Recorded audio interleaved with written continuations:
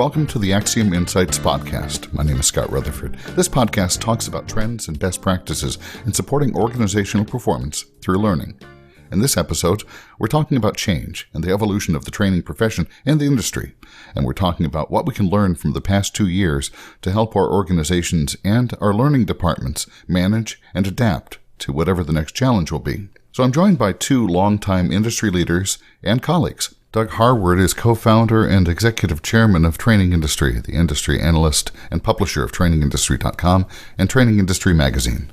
Doug is the co-author of the book, What Makes a Great Training Organization, and that book, along with 10 years of subsequent ongoing research, is the foundation of the CPTM certification, or the Certified Professional in Training Management. And I should also say, I worked with Doug for 4 years as Director of Marketing at Training Industry. My second guest is my current colleague, Herb Blanchard, the president of AXIOM Learning Solutions. Herb has decades of experience in L&D talent solutions and human capital management, and over the years he's architected learning solutions in nearly 50 countries and 30 languages and engagements of nearly every type and every size. Both Herb and Doug have led learning programs for businesses as they've managed through periods of change, whether that's economic crisis, like we saw in 2008, or the more recent COVID-19 pandemic of the past 2 years. So to start out, I've asked them, what can we learn from history about the role of organizational development and training? What can we learn from the experience of managing learning during the COVID pandemic? And where do we go from here? So let's begin with Doug Harward.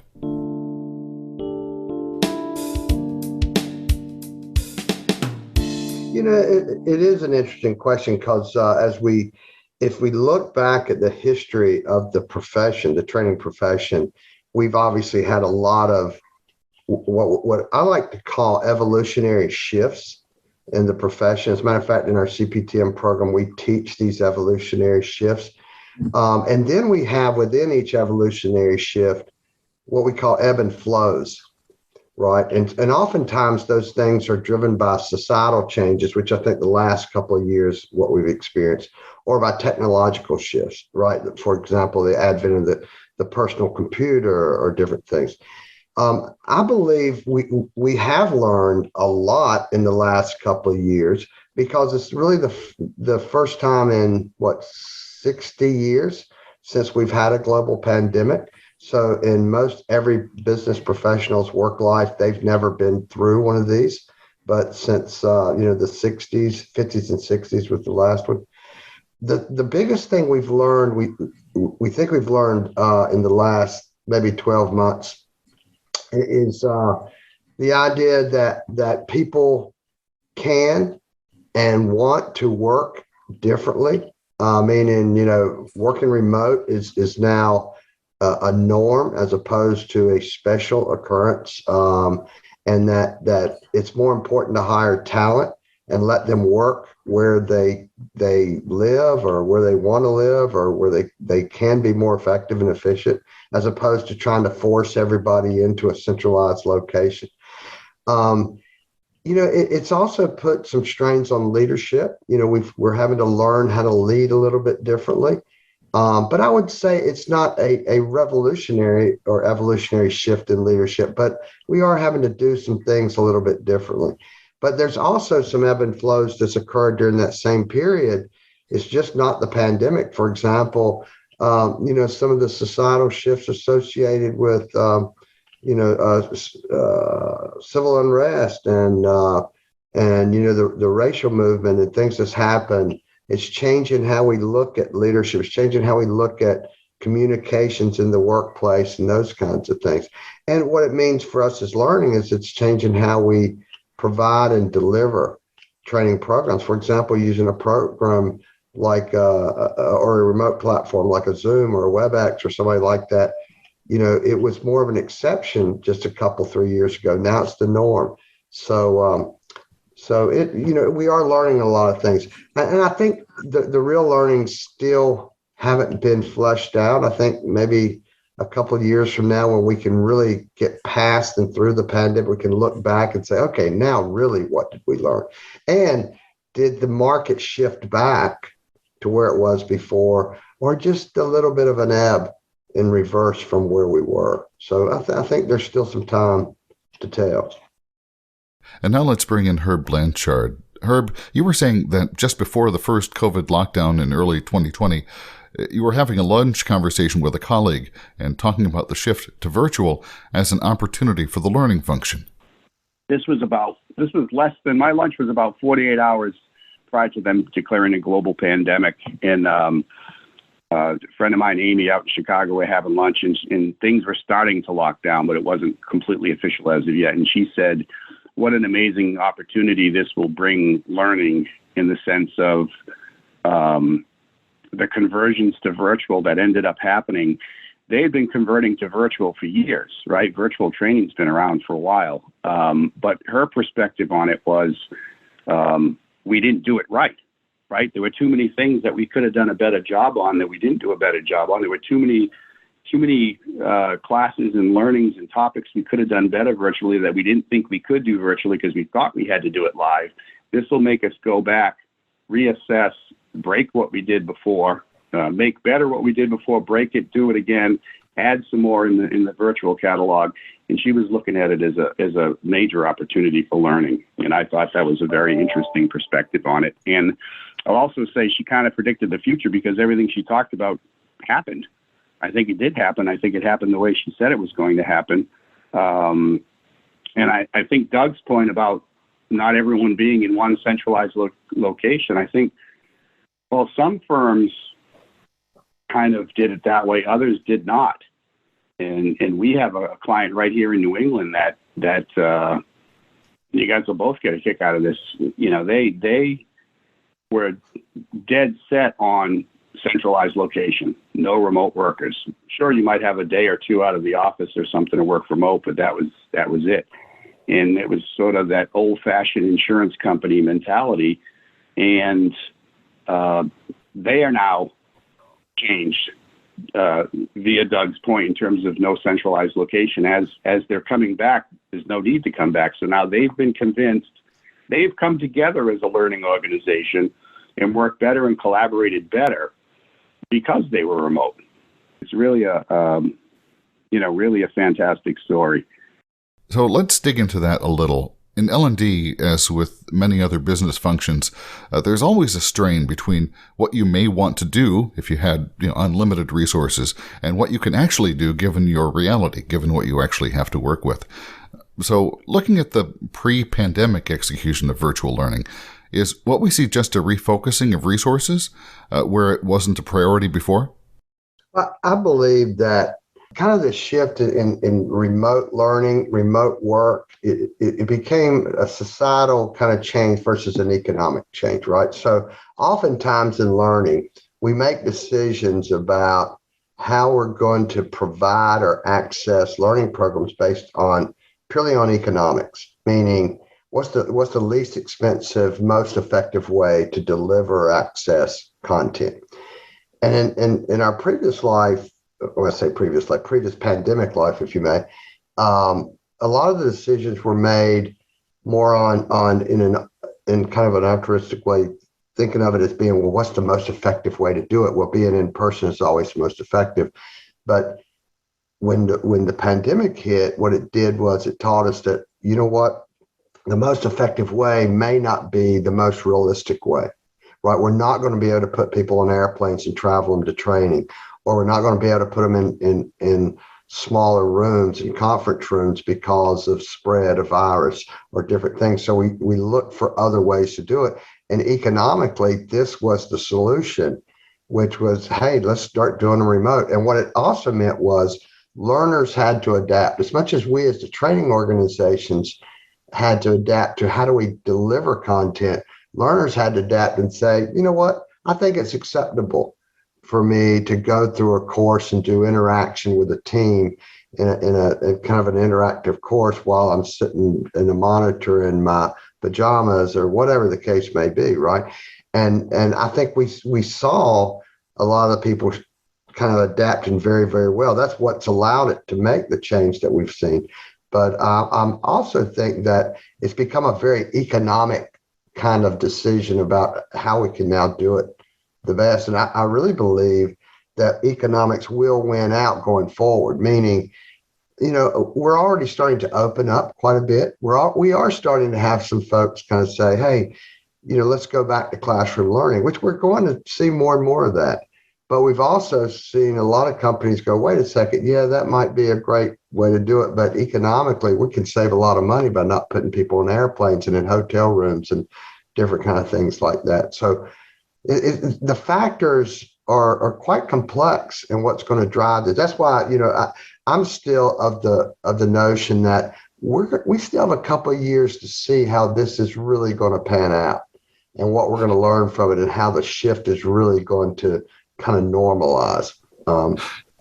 Yeah, and it's an interesting shift. And this is something Herb and I, we had a conversation offline briefly about recently, is sort of the economics of and the economic trade-off of how do you apply the dollars you may save from not flying people around the country and paying for hotel rooms. Mm-hmm. In do you save that money and pocket it? Do you invest it into improving the virtual experience?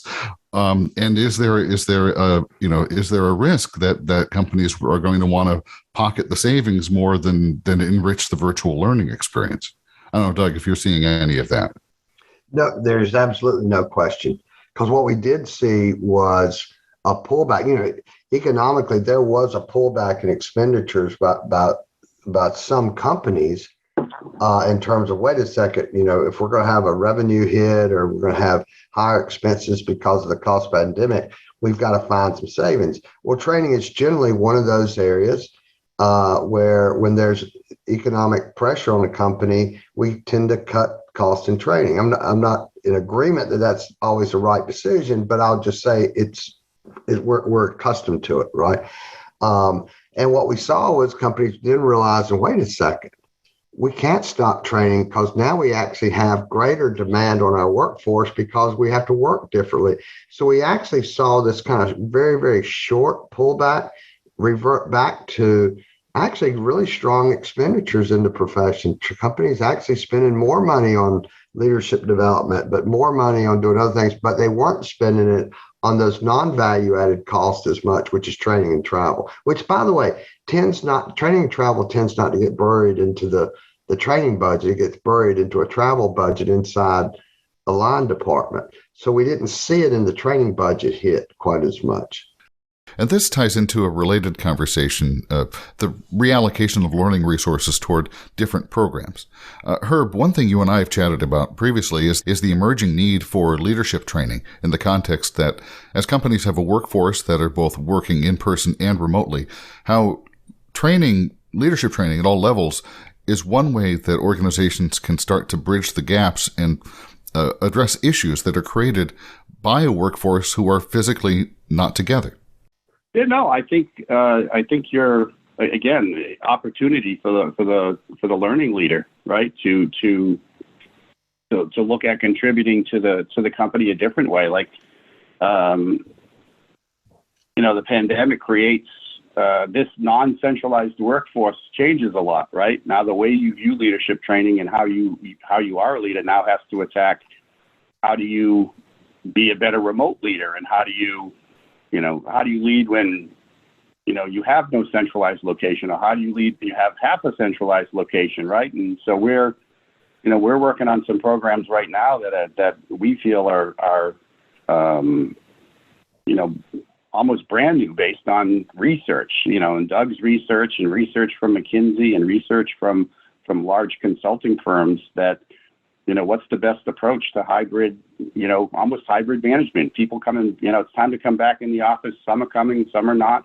And we're working on programs right now where how do you be more, a more effective leader with while managing remote. So it kind of takes all that, investment and all that strategy into leadership programs, and it puts a bit of a twist into it in the sense of now you also throw in that how you approached it before is different than how you're going to approach it now. And I actually wanted to make a comment on Doug's last line, whereas I think economics was a driver, but I think, and actually I guess I could pose this as a question, Doug, like if you think about my story in Chicago, there are organizations out there that feel that they've been able, and I hope this, we're on the same page here. They feel they've been able to convert certain things to virtual that they didn't believe they could have before, that have been as successful as the live approach. So there's still going to be that adaptation from the learner. I agree, but I think some people are coming back with success stories that we didn't think we could convert this to virtual, but it really worked. It was a success, and it's just as effective as ILT because we were forced into that paradigm shift. Right? I think that's exactly right. And if I can add, Herb, I'll give you a small testimonial, if you don't mind. Even in our own world, I was one of those that I believe there were certain type programs that's best delivered in person in a team kind of setting. Our CPTM program is a great story on this one. In the early days, my team was kind of saying, Doug, we really need to invest energy into converting to a virtual delivery. And this is pre-pandemic. And I was kind of, I thought, it's really important to work together and that kind of thing. When the pandemic hit, we moved 100% to virtual, and it has been a huge success story for us. It's given us access to more and more global learners, which we put in the same classes. Every time we do a CPTM practicum, we may have 15 people, of which 25 to 30% of them are international to North America, so Europe and India and Asia. And we could have never done that if we were doing it in person. So we've got learners that are actually in the programs with people from all over the world. So it's been a huge success story. And it actually, I was probably the one that's most resistant. And so I've learned as much as anybody, if not more, about how to make that shift. That's great. I actually didn't remember you started that just live. So there's my memory for you. But on the flip side of what you're mentioning, Doug, we also have, and this is where I think you're saying it's going to take a couple of years to figure some of this out. We've had instances where, just by the nature of the timing, we've participated in delivery programs where our facilitators are in the field training, and they're training on topics that, for whatever reason, people don't think lend themselves to a virtual approach. It's decided it won't be virtual. Then the pandemic hits. It's changed to virtual. Now you have all these economic factors coming in that people are realizing they could take advantage of and should take advantage of. So as we move through phases of this delivery program, now train the trainers are actually the same or slightly short of virtual as they are live. And in that particular instance, I actually think that's more challenging for the new trainer coming in. And I'm like, in my eyes, I'm like, okay, it's okay to take advantage of the economics, but how do you make those economics work for you and get the facilitator what they need so the students and the learner experience is better and the learner gets what they need, right? So I think we got to be careful of not taking too much advantage of the economics, if that makes any sense, right? It's sort of like, too much of a blessing, but. Well, and if I could add, one of the things, I'm very conscious of and trying to understand is trying to keep in perspective what we have experienced over the last couple of years. Because, 10 years from now, it's very possible we're going to look back on this area and say, you know what, it really wasn't what I call an evolutionary shift in how the industry behaved and how it changed behaviors and those kind of things. But it was an ebb or a flow. And what I mean by that is that we have seen over the course of 150 years of our profession, true evolutionary shifts, right? I mean, I'm talking about really, really big shifts, like the advent of personal computer changed our profession completely.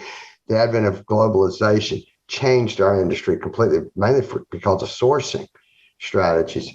And it's very possible we're going to look back and go, you know what, right now we're caught up in recency bias and it looks like it's different, it feels different, but the reality is I'm not sure it's going to completely disrupt what we do, because training, we plowed right through this. The industry has done extremely well through the last couple of years, and we expect it to continue to do well. And actually, it has brought new things. Another great example of what happened in the last couple of years is the growth in DEI training, right? And now, Right. Is that a disruptor? I don't think so, but I think it's a great improvement in what we've done. We've brought phenomenal awareness to that segment of the market, but it hadn't really changed how we do things. I'm a big believer that going forward, what I'm really hoping we're going to see from this is the learning of where we learn more about what I call the science of learning. Not just the neuroscience part, because that's kind of from a medical standpoint, but more about how do people learn best, and how can we really start designing learning programs based on those things. For example, the work of Dr. Anders Ericsson and deliberate practice, the idea of reinforcement and deliberate practice and micro learning and all these kinds of things that truly improves performance on the job. I'm hoping that that's really when we go 10 years from now, we look back and go, you know what? We really started learning. That was the era when we started learning about how people really learn, and how do we design programs for true high performance on the job. So anyway, I'm not trying to use too many cliches, but I think there's a subtle thing here that I think we're going to take from this. And because of recency bias, we're so caught up in the pandemic, we're so caught up in the counterculture, we're so caught up in a lot of things that's been happening. Now we're caught up, for example, in what's happening in global wars and whatnot. I think there's going to be some other things that might come out of this that we can't even foresee yet. And that's what I'm excited about.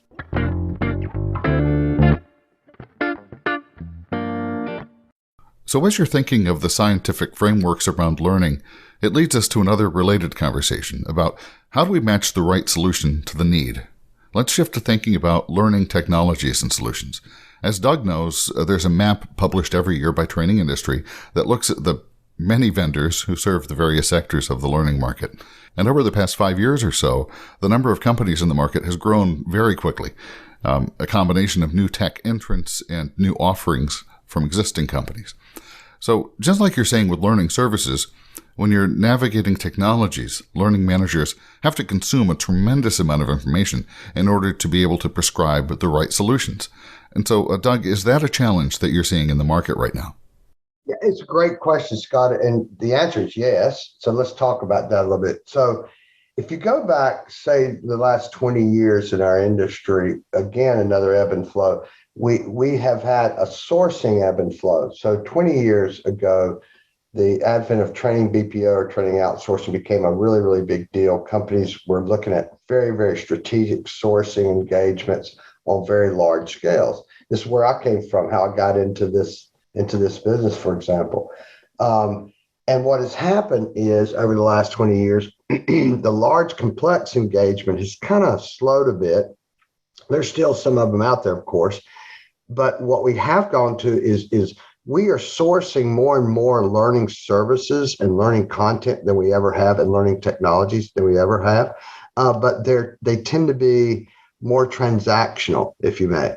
Now, what happened during the last 2 years, during another kind of an interesting change that we haven't talked about today, but probably should be thinking it, is this concept of the idea of the Great Resignation, and what happened with people started leaving jobs for whatever reason.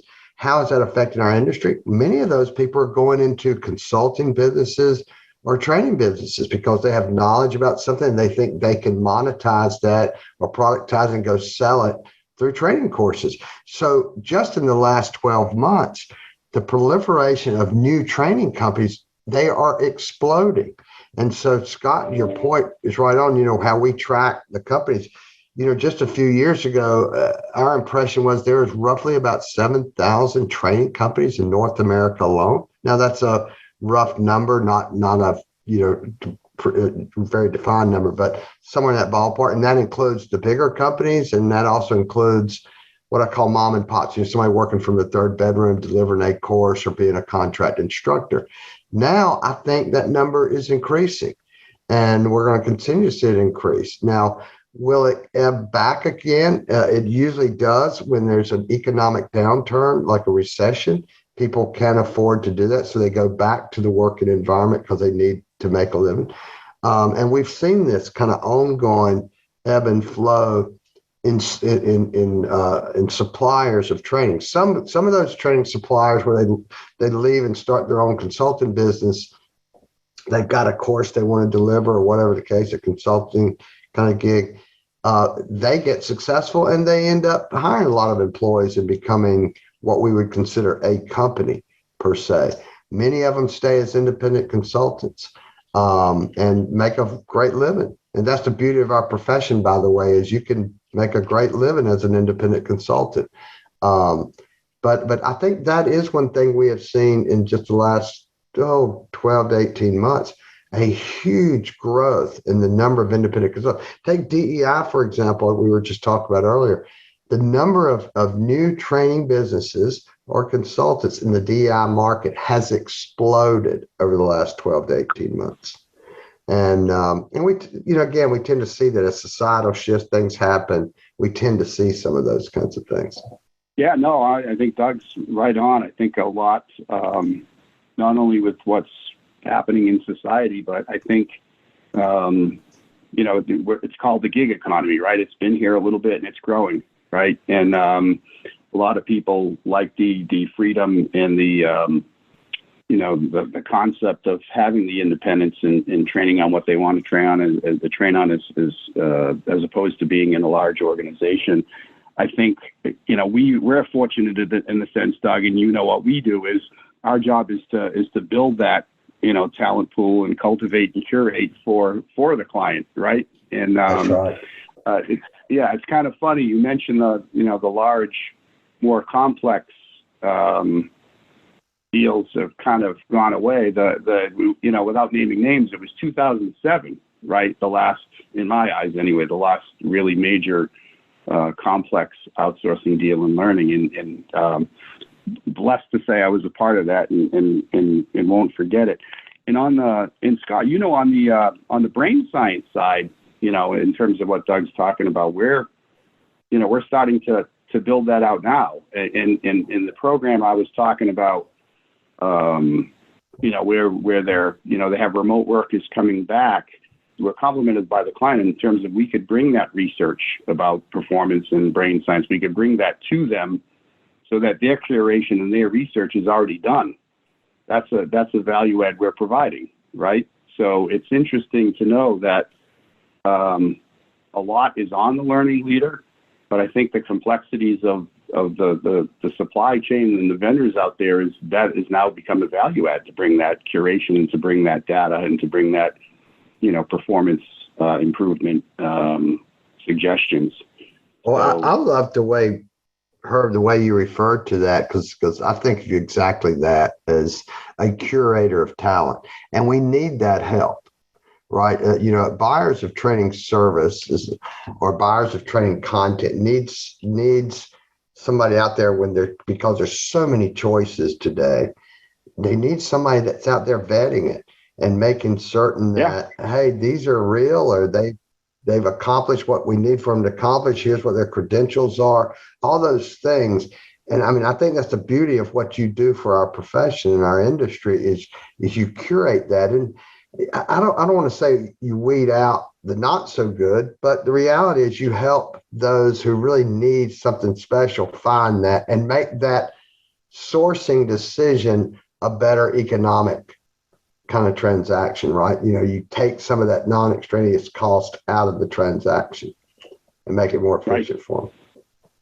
Right. Well, it's also taking some of the risk out of that decision as well by working through that mechanism, right? That's exactly right. And risk is cost, right? So, well, I think the last 2 years has been, and maybe spotlight's too strong, guys, but I think the last 2 years has given the learning leader an opportunity to shine, right? With some of the added complexities of what their role is, and I think that bodes well for the industry, and it bodes well for L&D in general, and it bodes well for the learning leader. I think they were ready to have the spotlight on them, and I think it's worked out well.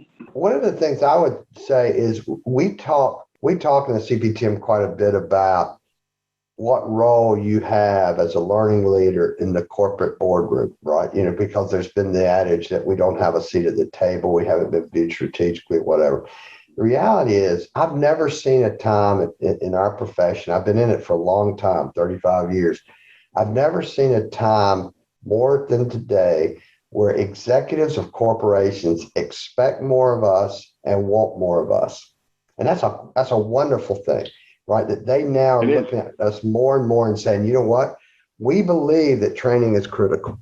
We believe that our future success is dependent on how well we train and prepare our talent pool and how well we take care of them and how well we support them. So training leaders, we want you to be successful. We want you to do the right things. Now, what they're not saying is we're going to throw money at the problem. They're wanting us to be efficient, effective, and show them and demonstrate to them that we know what we're doing, that we know how to source, we know how to design, we know how to deliver, we know how to administer, all those things. But the beauty is there's the expectation for our success is greater today than it's ever been. And I think that's the best thing we can hear for our profession, because it means that we've got opportunities galore going ahead of us. But I also think for many of us, it means the pressure is on. We've got to deliver on that. And that's why I think it's important from a sourcing perspective that we have businesses. Herb, I'm not trying to put you on the spot or give you an unnecessary shout out, but we need businesses like yours that curate the market, that make sense of the market, that take some of the inefficiencies out of the market, because that's where there's a lot of cost buried in those inefficiencies of how do you find the right one, or if I go hire the wrong one, I'm sorry, because they said they've got knowledge about something, it turns out, they really weren't right fit for us. Your business helps us make those decisions. It mitigates all that, and I couldn't agree with you more on I used the term spotlight, and that was probably too strong, but maybe it wasn't too strong. I don't know. I think, Doug, I wrote an article a few years back, and I probably should share it with you, Scott. I don't know if I shared it with you, but it was even prior to the pandemic, the old-fashioned I can't get a seat at the table. I thought, and again, I'm always cautious not to upset any friends in the industry, but I always thought that was getting old, right? Mm-hmm. And to me, it was simple. It was, if you want a seat at the table, you have a seat at the table, but you just have to be prepared to have that conversation, to convince the executives that you belong at the seat at the table and you can contribute to the bottom line. That's what they want to hear, right? So I think 20 years ago, maybe even 10, that kind of made sense. I don't see it anymore. I haven't seen it for the last 5 or 6, and I think the last 2 years have kind of, made that go a little bit quicker, in the sense of there's very few organizations out there where if a learning leader wants a seat at the table, they can't get it. So I think the spotlight's there, and in a good way. I agree with you, and it puts a little more on us and people in our services in our in terms of what we do, and that's a good thing. I think it's, again, good all the way around for the industry. I still believe that this idea of the seat at the table, it is kind of a cliche, but I think we still have a ways to go for learning leaders to build the respect. Because think about it this way. We still don't have what we call true learning leaders in C-level positions, right? Now we have heads of talent, but that's more of a broader role that looks at human resources and all the different things of payroll and and learning is under that, as a part of that. But we really don't have roles reporting to the CEOs of large publicly traded corporations who every day they talk about training. Now, will we ever? I don't know. I don't see that in the near future. But I do believe this. I do believe that more and more, the more that learning leaders can have the conversation at senior executives about how we develop talent instead of how many people run through courses. That may be a very, very simple kind of delineation, but the reality is our learning leaders haven't really made a big jump yet in having the conversations about how people learn and strategically, how do we drive talent enhancement and performance. We're still learning how to do that and how to have that conversation. We've come a long way. And that's why I don't want to take anything away. As a matter of fact, I want to give credit where it's due. We've come a long way, but we still have a long way to go. I think we're still in early stages of that. It's not just about being aligned when you're creating the solution. It's about being aligned about how you report on the outcomes. That's exactly right. Because we tend to report on how many students went through instead of how the business evolved or how the business improved. Right. Yeah, that goes back a ways, right? And isn't that the hardest part, right? Is to prove how I call it the holy grail. Yeah. So I think that's going to be a fun journey. It's going to be a long and arduous journey, right? I guess I'm looking at it from we've taken a big step, right? So it's that holy grail is going to be a tough one, because I think different people view that improvement in different ways, right? And where's the improvement coming from? And it's still one of those things at conferences, Doug, where people pass the mic around and you kind of like hold on to your seat, right? So that's right.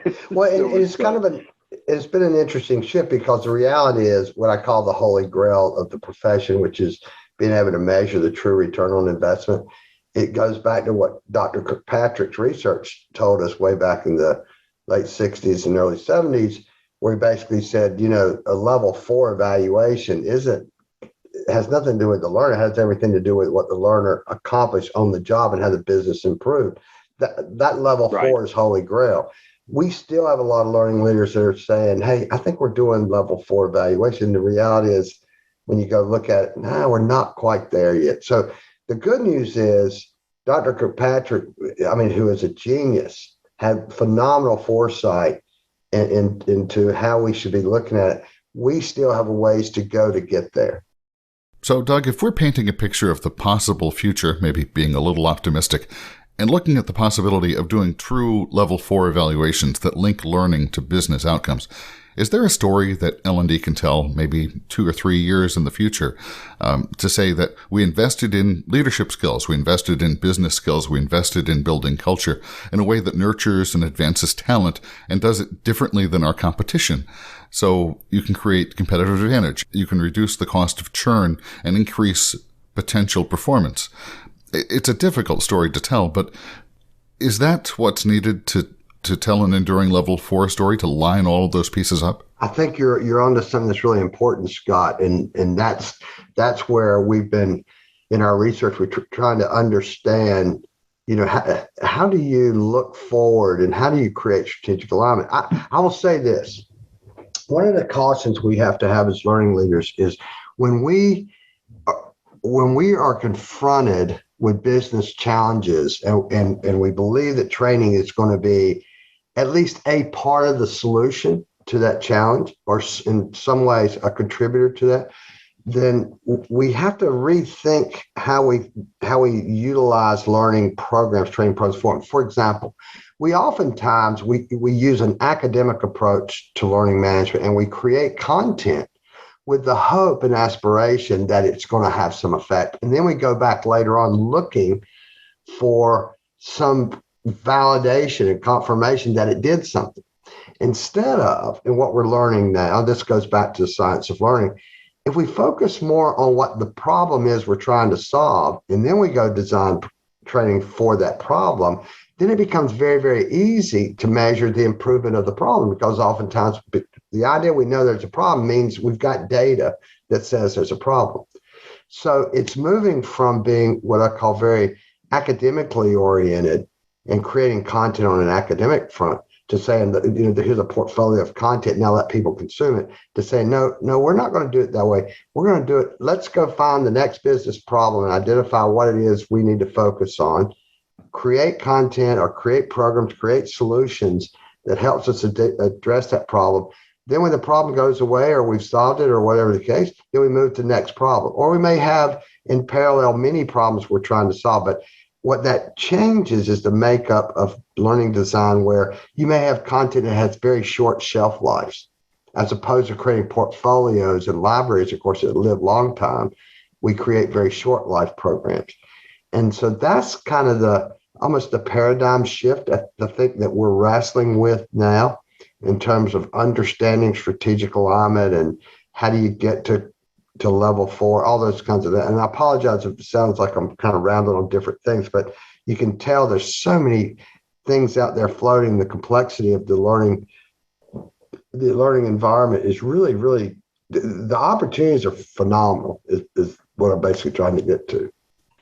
Since the book came out that you had written, you and Ken, many years ago, talking about strategic alignment, have you seen, I guess, how much improvement have you seen? And is there any data to back that up? And again, we know we're coming to conclusion here, but I'm interested to know,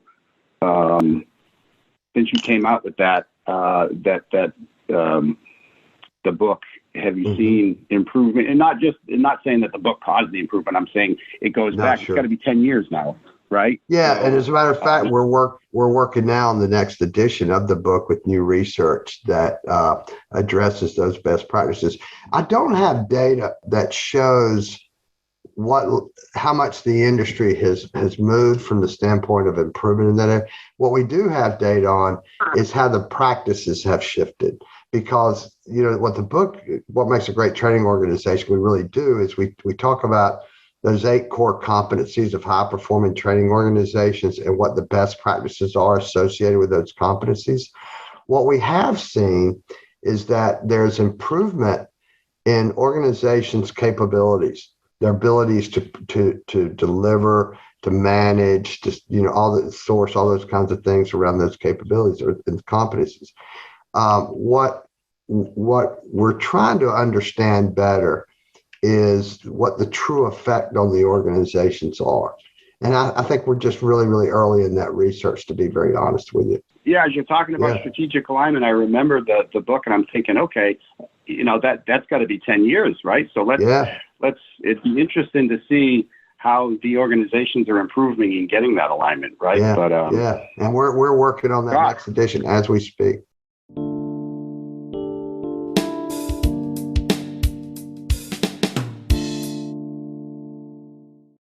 Thanks to Doug Harward of Training Industry and Herb Blanchard of AXIOM Learning Solutions. I'll have links to the training industry research behind what makes a great training organization and the CPTM program on the episode page at axiomlearningsolutions.com/podcast, or you can visit axiomlearningsolutions.com and click on Insights. And please let us know what you think about this podcast. What would you like to hear about in a future episode? Send me a note, info@axiomlearningsolutions.com, or just use the contact link on the website. I hope you enjoyed this episode. Please be sure to click subscribe so you'll be notified as new episodes are released. Coming up, we'll be talking about inclusive leadership and how to create and maintain a focus on building an equitable and inclusive culture or organization and how that maps to business results. And another episode, we'll be looking at a project built over more than 2 years that developed a learning center of excellence at a large medical technology company, and it focused on delivering learning at the moment of need. So those episodes and more coming up very soon. Be sure to subscribe to be notified when they're released. Thanks for listening to the AXIOM Insights podcast.